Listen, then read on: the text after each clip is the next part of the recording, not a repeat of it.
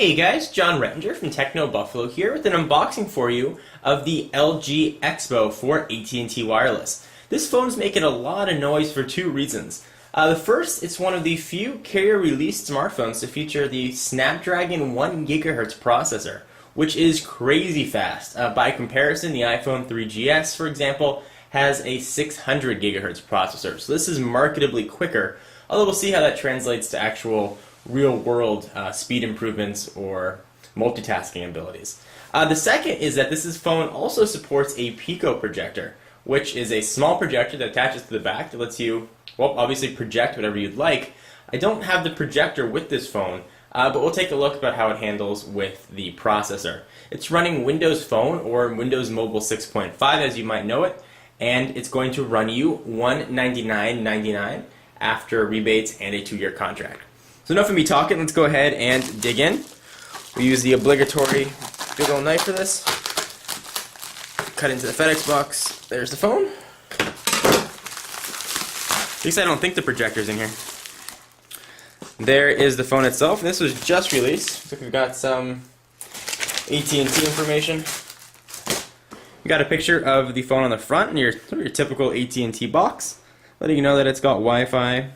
Is indeed a touchscreen, has GPS, which is, I believe, assisted GPS, so it'll use cell towers and its GPS chip, and it has a 5-megapixel camera.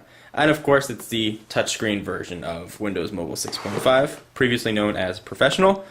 Wi-Fi, touchscreen, all the stuff we just ran through. Let's take a look at some of the rest of the specs here. It's, of course, a 3G phone. Talk time up to 5.3 hours, standby time 15 days. The Wi-Fi is BNG, Bluetooth 2.1. It's a 480 by 800 resolution touchscreen, weighs 5.2 ounces. It's got a micro SD card, it goes up to 16 gigs, and the rest of the Windows Mobile sort of slew of things. Looks like this box took some beating in transit. Hopefully the phone is still okay. I have not used a phone that's taking advantage of the Snapdragon processor, so I'm really curious to how it works. The same chip that powers the HD2, and I believe a Acer phone as well. So we go ahead and take out the packaging, some information, a quick start guide. Here is the phone itself, which is actually a lot smaller and thinner than I expected it to be. Push that off to the side. Let's check out what else comes in the box.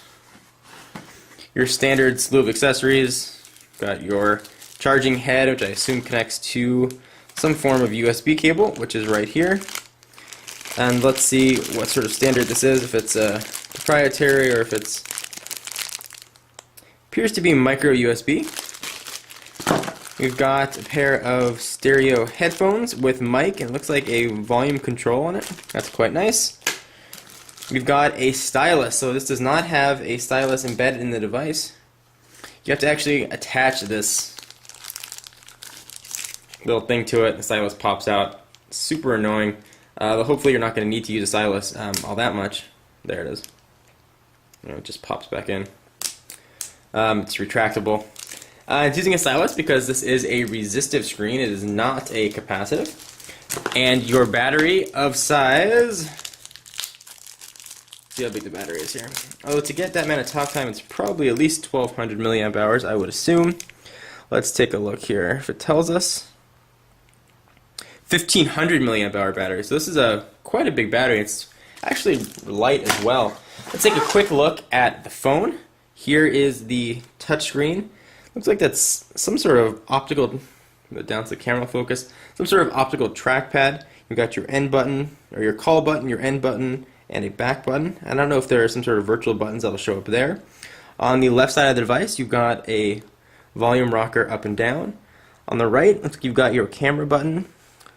You've got probably a lock or a smart key, and your micro SD, which is nice to have it right on the side, so it means it's hot swappable. You don't take off the battery to access it. 5-megapixel camera with LED flash, and the battery release door. It does look to be quite a nice phone. I'll run it through the full paces and see how it works. And also, it's a little bit on the chubby side because it's got a full, evidently 4-row QWERTY keyboard.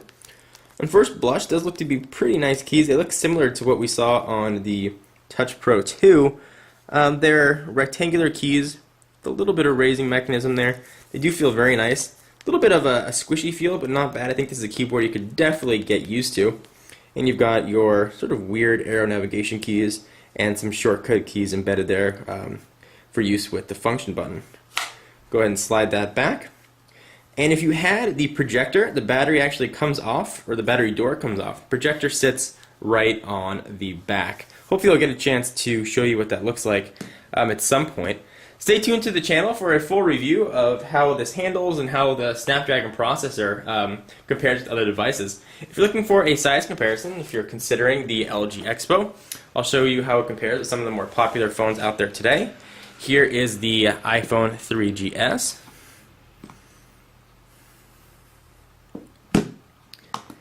Here is the just released HP iPad Glisten, also for AT&T. It's a touchscreen Windows Mobile 6.5 phone as well. Different form factor for the QWERTY board. But you can get a thickness comparison if you're interested in any of these phones. Here is the Xperia X1 by Sony Ericsson, which is noticeably thicker. And lastly, here is the original BlackBerry Storm for size comparison. You can sort of stack all these up together. That one right there is the Expo in case you're keeping track at home. And sort of see how they all stack up in a big cell phone sandwich there. The Expo does look to be a pretty nice size and can stack up with the rest of them. Anyway guys, hope you enjoyed, and I will see you in the next video. Bye-bye.